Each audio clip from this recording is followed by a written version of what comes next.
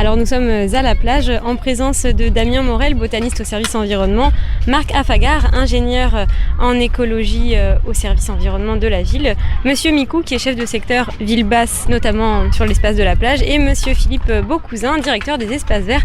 Alors Monsieur Beaucousin, est-ce que vous pouvez nous dire où en est la ville du Havre dans la gestion des espaces verts avec une petite fenêtre sur les phytosanitaires? Alors nous, l'objectif que l'on a sur la plage, c'est d'offrir aux Havrais des cultures les plus naturelles possibles. C'est-à-dire, on a substitué quelques graminées avec des espèces locales. On a laissé se développer notamment le chou marin. C'est une espèce dont Marc parlera tout à l'heure. Et l'objectif qu'on a aujourd'hui, c'est qu'on se retrouve sur un espace naturel et non pas forcément un espace travaillé comme on l'avait auparavant.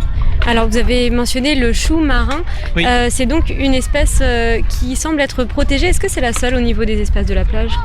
Alors en fait effectivement le chou marin fait l'objet d'une protection nationale. C'est une espèce qui est bien présente en Normandie mais assez rare au niveau français. C'est pour ça qu'elle fait l'objet d'une protection. Alors c'est une lointaine cousine du chou qui est cultivé pour manger dans nos assiettes et effectivement le fait d'avoir réaménagé la plage avec des espèces locales présente un intérêt également dans la préservation de cette espèce protégée. Alors il y a d'autres espèces, notamment la renouée de raie qu'on a retrouvée sur la plage du Havre, qui est apparue spontanément parce qu'on a arrêté de traiter il y a maintenant quelques années, depuis 2012, les espaces naturels de la plage et qu'on laisse pousser un certain nombre de plantes et dont cette renouée de raie qui a été découverte par des botanistes amateurs locaux. 2 espèces protégées donc rien que sur les bords de la plage.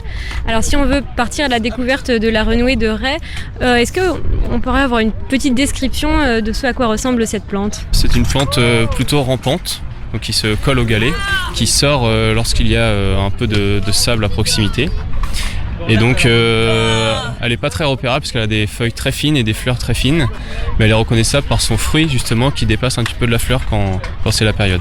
Ah, la période, alors quelle est la période de pousse et de vie de la renouée de raie? Alors la meilleure période pour l'observer c'est fin août, puisqu'elle est en floraison et elle fructifie également, donc c'est la période en ce moment par exemple. Alors nous sommes en effet à la fin de l'été pour l'année civile. Est-ce que ça signifie un changement de saison pour les espaces verts de la ville également? Oui, parce que la végétation va changer de couleur, donc on a tout un ensemble d'arbres et d'arbustes qui changent, soit qui vont arriver en floraison comme ici les astères, et d'autres plantes et les graminées qui vont changer de couleur, qui vont brunir, qui vont prendre une couleur un peu hivernale, quoi. Et alors, est-ce que ce changement de saison va avoir des conséquences dans le travail des agents et des agentes des espaces verts? Non, pas plus. Là, on a plus de travail au printemps où là, il va falloir retailler comment à cette période-là. Parce qu'on laisse la couleur brune tout l'hiver pour vraiment qu'il y ait un mouvement qu'on voit bien le vent, un mouvement de vent dans les plantes, quoi.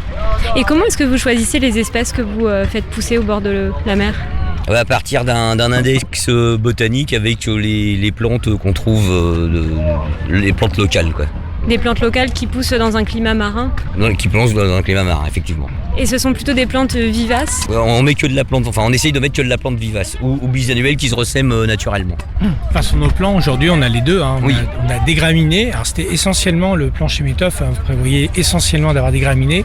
Et depuis, on l'a étayé avec, en effet, des vivaces. Ce qui donne l'espace naturel qu'on a aujourd'hui, d'ailleurs, contrairement à ce qu'on avait avant. Et en termes de maintenance, ça diminue, pour nous c'est important, l'impact sur le végétal. Sur cette phase de jardin, on a créé une bande qui n'est que plantes de bord de mer, avec du chardon maritime, du gazon d'Espagne ou Armeria maritima, de la silène maritime, donc que des plantes de bord de mer qui résistent aux embruns, et on a limité l'intervention du jardinier dans ce massif-là.